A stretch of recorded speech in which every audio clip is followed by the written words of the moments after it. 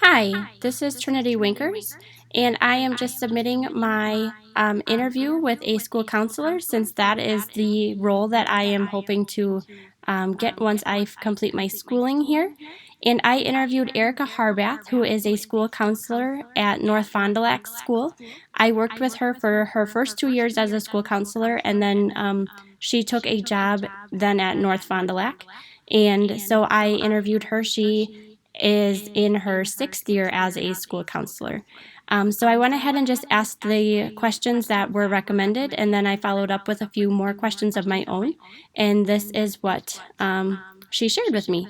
So I asked her what the joys of her job was, and she said she absolutely just loves the kids. They are so fun, and they make it enjoyable to go to work every day. She loves the feeling of being the supportive person when someone is going through a hard time.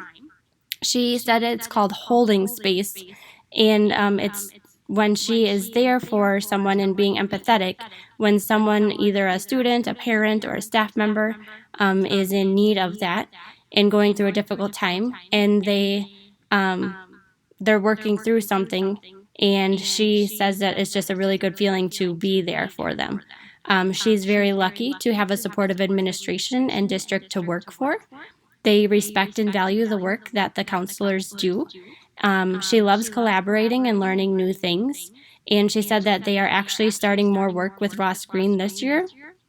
So she's excited to learn some new skills to help students and collaborate with the students more so than with the teachers about the students, which I think is really crucial to get their buy-in, and they ultimately kind of know what's going on with themselves and what might help and what might not, versus just some adults in the room trying to figure out what's going to work for Johnny and what's not without his input. And so I followed up saying that that all sounds super great. And but then on the flip side, what are the problems of her job? She was kind of hesitant, but she wasn't quite sure if it was a problem or not. But she just felt that at North Fond du Lac, she has a pretty unique situation and unique population that she works with. They have wealthy families who live on the lake, and then about half of her population is economically disadvantaged. So she says it's just kind of a unique situation with the varying degrees of socioeconomic statuses and how she delivers her lesson plans to kind of reach both ends of that spectrum, as well as intervening and kind of having, she says there's kind of some different issues going on that the more wealthy families have versus, the low economic status families who may have a lot different needs than her other families. So she said also kind of a problem, and she just thinks it's kind of a general education problem, is just a lack of time. She just feels like no one ever has enough time, including teachers, administration, etc. And she's kind of feeling in that boat more so this year than most. She's a new mom as well to an 8-month-old. And so she is just kind of getting used to the work and mom and home life. So she's trying to find that balance as well. So she's not quite sure it's a problem, but she's just kind of figuring that out. So moving on to the obstacles of her job then. So not so much a problem, but maybe what can she overcome, or what is she kind of feeling? When we worked together, we were in a 2-6 building. And so there were 2 school counselors for about 750 kids. And so she is now in a building by herself, which is a K-5 building, and there are 650 kids. So she almost has double the caseload that she did when she had an additional counselor. And so she just feels like there's a high student to counselor ratio. She often feels like she's putting out fires all day. She tries to be as preventative as possible with her weekly or bi-weekly lessons. She uses second step curriculum, mind up curriculum, and zones. She goes into the classrooms every week with her K2 kids, and then every other week with 3-5. I asked her why she kind of chose those kind of that cutoff of the K2 every week and then 3-5 biweekly. And she just kind of shared that the K2 is really about getting that foundation and about really making those connections.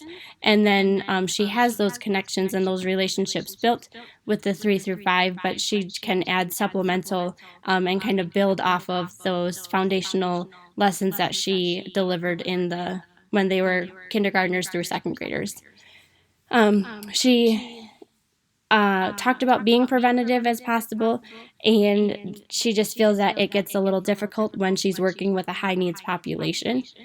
She feels that she gets pulled in many different directions during the day, and it's hard to make time to plan lessons and groups during the day. So she finds herself working from home, which isn't very healthy, and she knows that.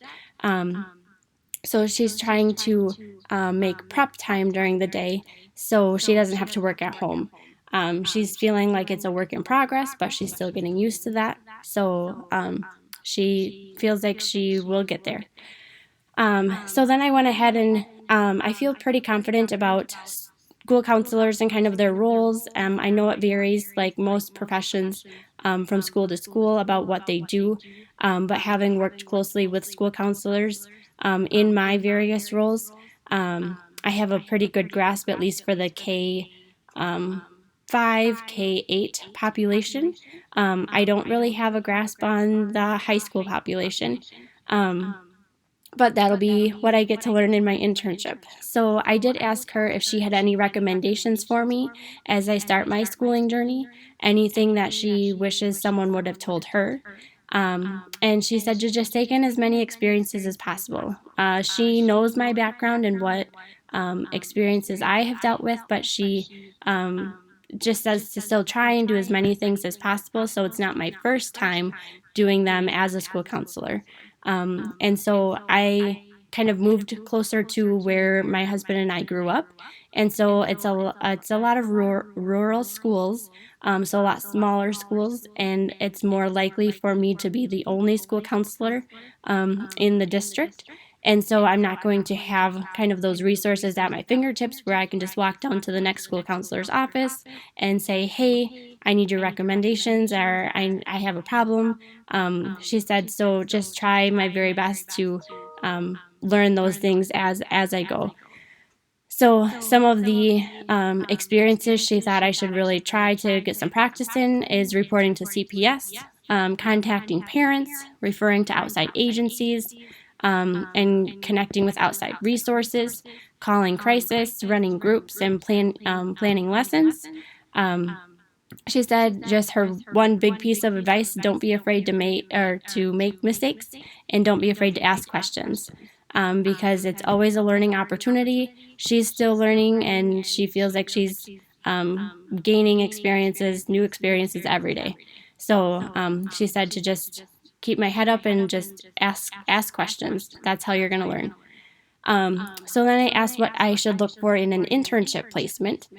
And she recommended someone who is up to date with current school practices, someone who is comfortable using data to guide practices. She knows that I love data. I love looking at it. I love action planning off of it. With my PBIS background and RTI and trauma sensitive schools.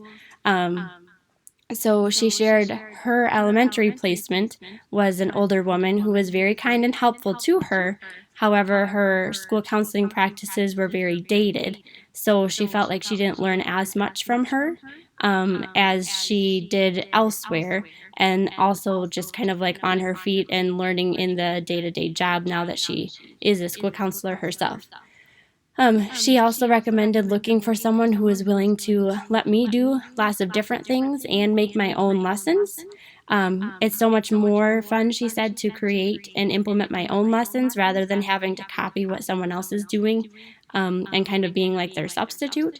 So she said then if I create my own lessons, I kind of have a better grasp on what I need to create a lesson and kind of timing wise of how much I can put into how much time I get with the students. And then I can also get feedback as to like what worked, what didn't work, any suggestions from the school counselor that I may be with to make it better, or kind of space it out, etc. So she said it's a learning opportunity, and she says it's actually a good like mutual, that the school counselor I'm with may be learning some things from me as well. She said so it's just kind of nice to work that way. And then last, I asked her why did she choose elementary versus middle or high school. She says she just absolutely loves little kids. She knew she only ever wanted elementary. She loves making those lesson plans, those activities that are hands-on. She can be goofy and silly. She's very into play therapy.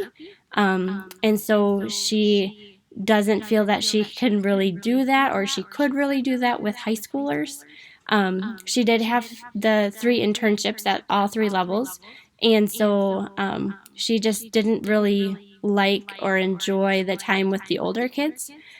She also felt like high school counseling is so much more paperwork and making schedules, and that didn't really appeal to her and what she wanted or was good at. It wasn't using her best qualities. And so overall, she said being a school counselor is rewarding, and each day is a new day. She said make the most of every day, and it's always be open to change and learning. You never quit learning in this position, and every day is a new day. So make the best of everyone. All right. Thank you very much.